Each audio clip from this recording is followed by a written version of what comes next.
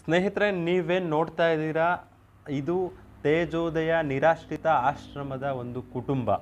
ಈ ಕುಟುಂಬವನ್ನು ಇದೇ ರೀತಿ ಕಾಪಾಡೋದಕ್ಕೆ ಅಥವಾ ಇದನ್ನು ಕುಟುಂಬವನ್ನು ಉಳಿಸೋದು ಇಡೀ ಕರ್ನಾಟಕ ಜನರ ನಮ್ಮೆಲ್ಲರ ಒಂದು ಕರ್ತವ್ಯ.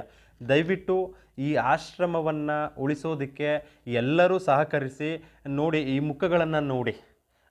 ಇವರುಗಳ ನಡುವೆ ಇದ್ದಾಗ ನನಗೆ ಮೈಯಲ್ಲಿ ರೋಮಾಂಚನ ಆಗ್ತಿದೆ. ಯಾಕಂದರೆ ಇವೆಲ್ಲ ಈ ಆತ್ಮಗಳನ್ನು ನಾವು ಉಳಿಸ್ಕೋಬೇಕು. ಈ ಆಶ್ರಮವನ್ನು ಉಳಿಸೋದಕ್ಕೆ ಯಾರಿಗೆ ಮನಸ್ಸಿದೆ ಆ ಮನಸ್ಸುಳ್ಳವರ ಕಡೆಗೆ ಈ ವಿಡಿಯೋವನ್ನು ಶೇರ್ ಮಾಡಿ. ದಯವಿಟ್ಟು ಈ ವಿಡಿಯೋವನ್ನು ಆದಷ್ಟು ಶೇರ್ ಮಾಡಿ. ಈ ಆಶ್ರಮದಲ್ಲಿ ಇಷ್ಟು ಜನರನ್ನು ರಕ್ಷಣೆ ಮಾಡೋದು ನಮ್ಮೆಲ್ಲರ ಹೊಣೆ.